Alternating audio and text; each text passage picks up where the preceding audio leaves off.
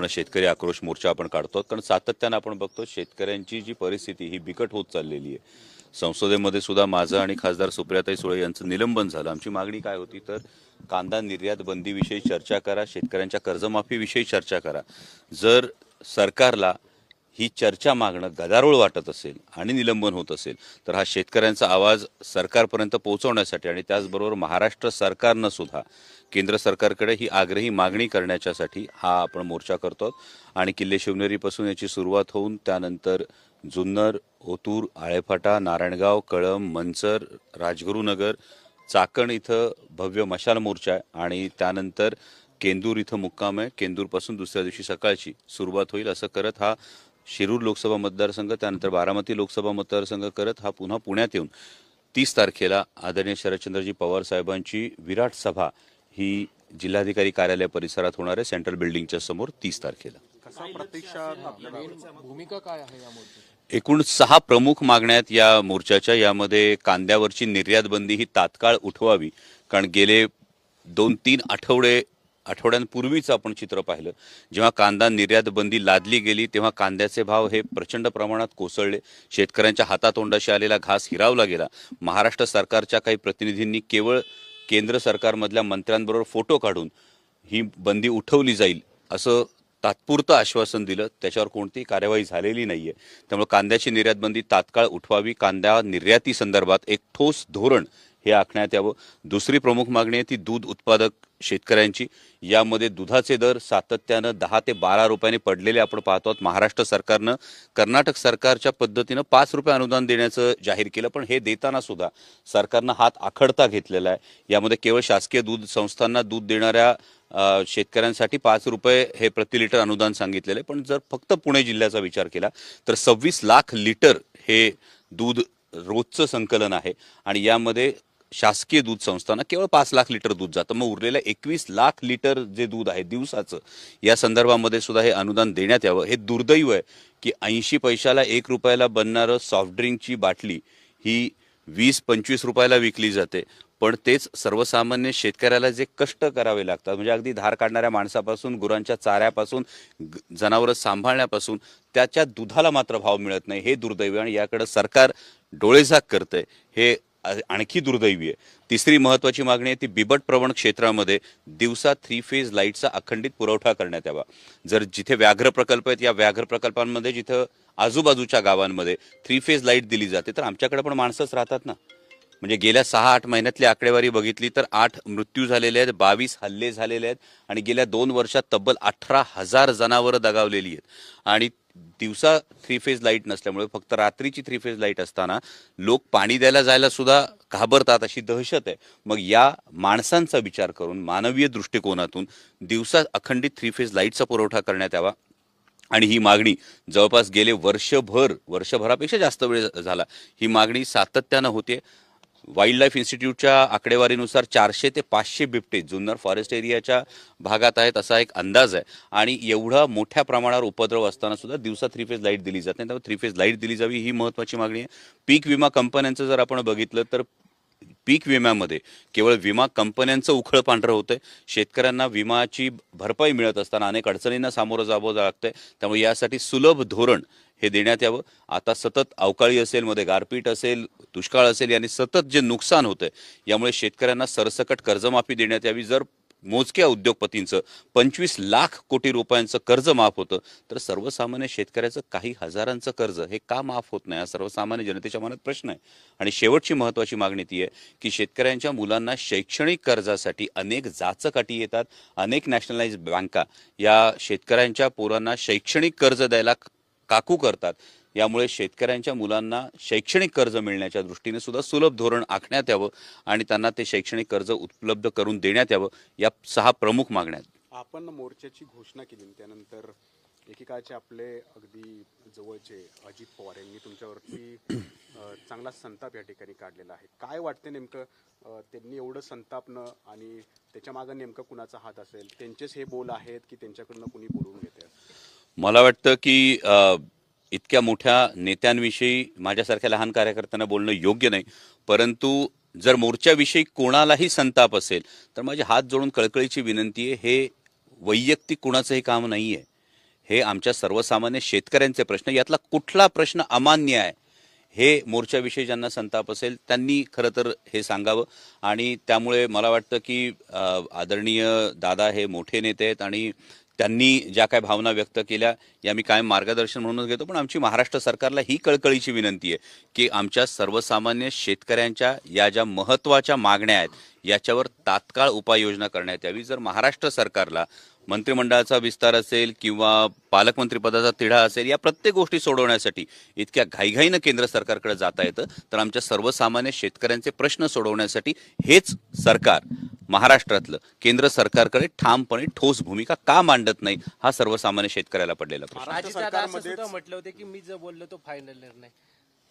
मी तेच म्हणालो की इतक्या मोठ्या नेत्यांविषयी मी वक्तव्य करणं उचित नाही. मी सर्वसामान्य शेतकऱ्यांचा जो आवाज आहे हा महाविकास आघाडीच्या माध्यमातून आम्ही हा पोहोचवण्याचा प्रयत्न करतोय आणि मला वाटतं हा आवाज पोहोचणं आणि माझ्या शेतकऱ्यांच्या समस्या सुटणं हे जास्त महत्वाचं आहे, कोण काय बोललं यापेक्षा. महाराष्ट्र सरकारमध्ये अजित पवारांचं वक्तव्य देखील बघितलं असेल आणि हा सगळा लोकसभा जो तुमचा मतदारसंघ आहे त्याच्यात आमदारांची संख्या देखील जी आहे ती देखील अजित पवार गटाकडे जाताना दिसते.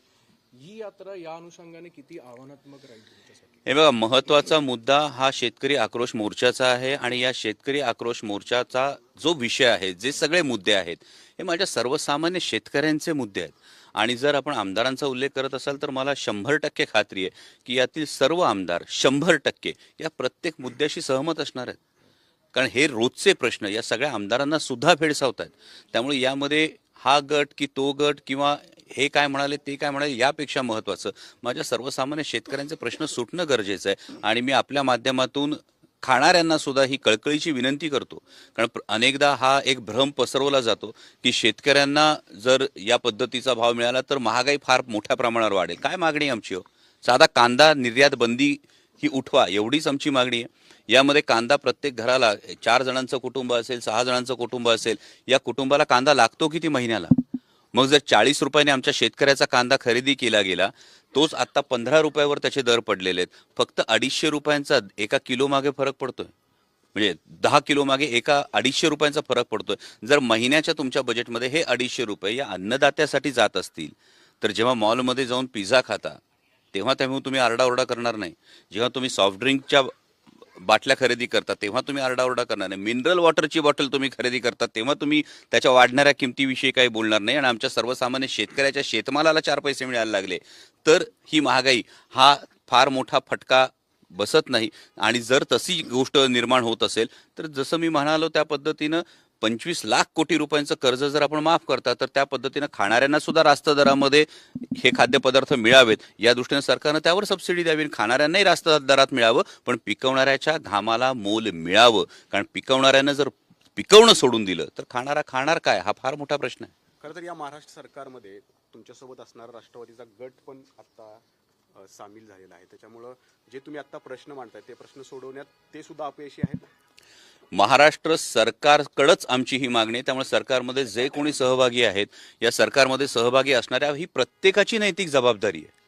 म्हणजे मला तर कुठेही वाचनात आलं नाही की माझं आणि खासदार सुप्रियाताई सुळे यांचं निलंबन ज्या मुद्द्यासाठी झालं, कांद्याच्या निर्यात बंदीसाठी झालं, यावर सत्ताधारी पक्षातल्या कुणीही यामध्ये की हे चुकीचं निलंबन आहे, शेतकऱ्यांचे प्रश्न मांडू दिले पाहिजेत या गोष्टीसाठी मला सरकारमध्ये कोणी समर्थन दिल्याचं माझ्या तरी ऐकिवात आलं नाही. जर दिलं असेल तर मी मनापासून त्यांचा आभार मानतो, कारण हा विषय राजकारणाचा नाही, हा विषय सर्वसामान्य शेतकऱ्याच्या आयुष्याचा आहे. दादा, सी वोटरचा सर्वे आलाय आणि त्याच्यात महाविकास आघाडीला जास्त जागा दिल्याचं निष्पन्न झालेलं आहे. तुमची शेतकरी आक्रोश मोर्चा असेल किंवा रोहित पवार यांनी काढलेली संघर्ष यात्रा असेल, हेच त्याचं चित्र, याचा इफेक्ट जो आहे तो विधानसभा निवडणुकीत दिसेल असं वाटतंय का? हे बघा, सर्वसामान्य जनतेचे अनेक प्रश्न, हे अनेक प्रश्न सोडवले जात नाहीयेत. आणि जर आपण विधानसभेचा विचार केला तर एकूण महाराष्ट्र हा ठामपणे आदरणीय शरदचंद्रजी पवार साहेब असतील, शिवसेना पक्षप्रमुख उद्धवसाहेब ठाकरे असतील, यांच्या मागे सर्वसामान्य मतदार हा ठामपणे उभा आहे. हे चित्र आपल्याला महाराष्ट्रात जागोजागी बघायला मिळतंय. एक साधं द्योतक आहे की केंद्र सरकारच्या योजना पोहोचवण्याच्या दृष्टीनं, प्रचाराच्या दृष्टीनं त्याला काय विकास रथ जो म्हणतोय तो गावोगावी पाठवला जातोय. आणि काल तर आपल्याच माध्यमातून माझ्या वाचनात आलं की दंडुके घेऊन हा विकास रथ पळवण्यात आला. याचाच अर्थ या ज्या सगळ्या घोषणा आहे, या ज्या सगळ्या ही जी सगळी जाहिरातबाजी आहे, या जाहिरातबाजीचा जर आपण विचार केला तर लोकांना याचा राग आलेला आहे. आणि एकूण या जाहिरातबाजीवर केलेला खर्च तुम्ही बघा. या जाहिरातबाजीवर जर हजारो कोटी खर्च होतात तर आमच्या सर्वसामान्य शेतकऱ्याच्या कांद्याला भाव देण्यासाठी, त्याच्या दुधाला भाव देण्यासाठी हा एवढा मोठा खर्च नाहीये हो.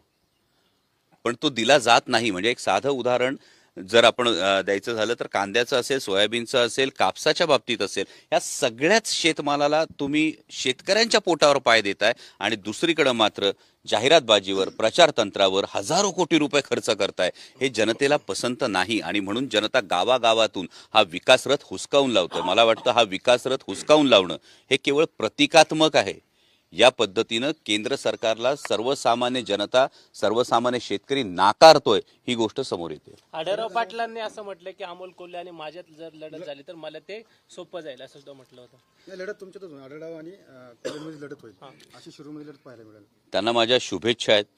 या पलीकडे दुसरं काय बोलू, कारण अजून जागा कुणाला जाणार, तिकीट कुणाला मिळणार, या सगळ्या गोष्टी हे त्याला ते मराठीत एक म्हणे ना, उतावळा नवरा गुडघ्याला बाशिंग, तसा काय प्रकार करण्याची मला आवश्यकता वाटत नाही. मला महत्त्वाचं मी पुन्हा सांगतो की या निवडणुका आणि पद या सगळ्या गोष्टींपेक्षा जास्त महत्त्वाचं काय असेल तर माझ्या सर्वसामान्य शेतकऱ्यांचे प्रश्न सुटणं, ही गोष्ट जास्त महत्त्वाची. जर हे प्रश्न सुटले नाही तर येणाऱ्या पदांना काय चाटायचंय तुम्हाला, काय निवडणुकांना हे बघायचंय? जर हे प्रश्न जर सुटले नाहीत तर नुसती शोभेची पदं मिरवण्यात अर्थ काय?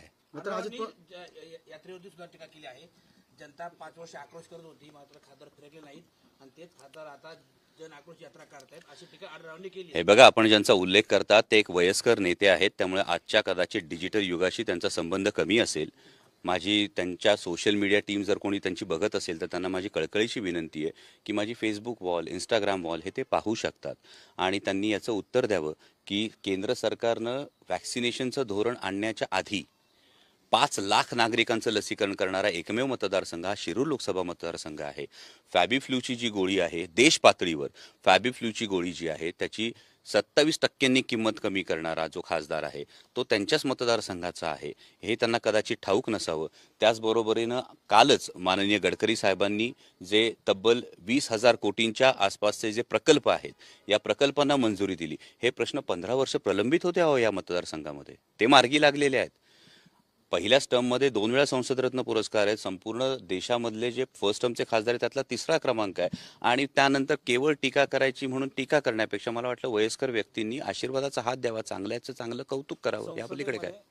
आपण प्रश्न मांडले, निलंबन झालं, आता रस्त्यावरची लढाई सुरू आहे. अमोल कोल्हेंना पुन्हा एकदा रोखण्याचा प्रयत्न झाला तर काय? हे बघा, हे प्रत्येक वेळी छत्रपती शिवाजी महाराजांची शिकवण आहे. आम्ही सगळे छत्रपती शिवाजी महाराजांचे मावळे आहोत. जेव्हा भिंतीला पाठ लागते तेव्हा दुपटीने उसळायचं असतं. या पलीकडे दुसरं काय सांगणार?